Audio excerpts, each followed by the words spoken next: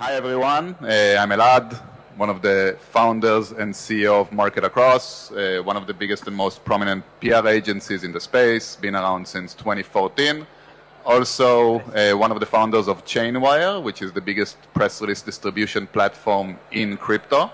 And maybe we take a few minutes to introduce yourself and just tell a little bit about your background and what brings you here. You can start. Hi everyone, Mariam from MEV Capital. We are a DeFi asset management company. We manage about $2 billion USD across different strategies, and most of the strategies are on-chain. So here to talk about DeFi. Hi everyone, I'm Luis Torres. I'm one of these bankers that from the other panel that they just mentioned that we are around. I'm a business sell-side equity analyst and also a wealth manager, about 2 billion of assets under management in multifamily office, and basically traditional finance still. So I guess I'll join that, but I actually have two hats. So the boring banking hats, I guess, in this conference, where I represent 10 of the wealthiest families in Denmark. Within that context, we saw a few years ago that we wanted to have exposure to this blockchain universe. So we established our first product ever, because we are independent, so we don't like products. But we didn't know how to express that multi-family office, boring way of getting exposure to a new technology. So we established a fund of fund internally.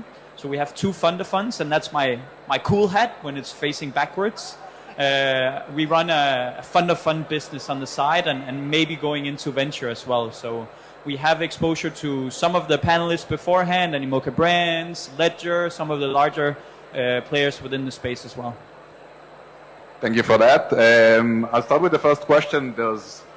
We're talking about institutional adoption, and we can actually see it. Like if you walk around this conference, you see more people suit and tie, less degens and like the usual crypto nonsense and meme coins, and it's becoming very like the big boys are coming in. And what do you think are the biggest drivers, like micro environment in 2026? Like we've seen the plays from the US, like the Genius Act, or things that are kind of solidifying or creating frameworks for institutional asset managers to feel more confident in deploying capital.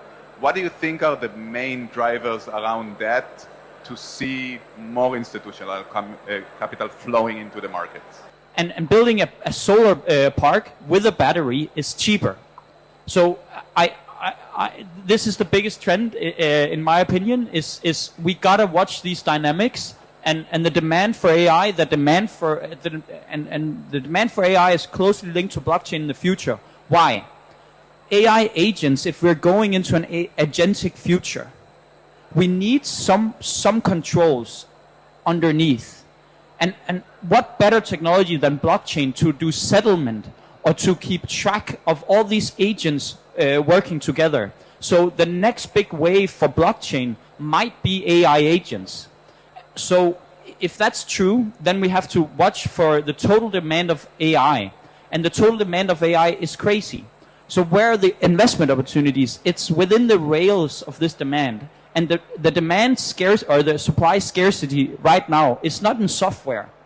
It's in the physical world. So for the first time in probably 15, 20 years, we can find scarce things in the physical world that are really investment opportunities that can provide you 5-10x, and that was not the case 10 years ago, because then it was all software. So that's to me the biggest opportunity is the scarce world that we're already living in, because AI will solve the software component. It's infinitely scalable, and yes, there will be massive winners within blockchain and AI. But within the physical, tangible world, we have to remember that's scarce. And to me, that's where some of the biggest opportunities for the next 5 years lies.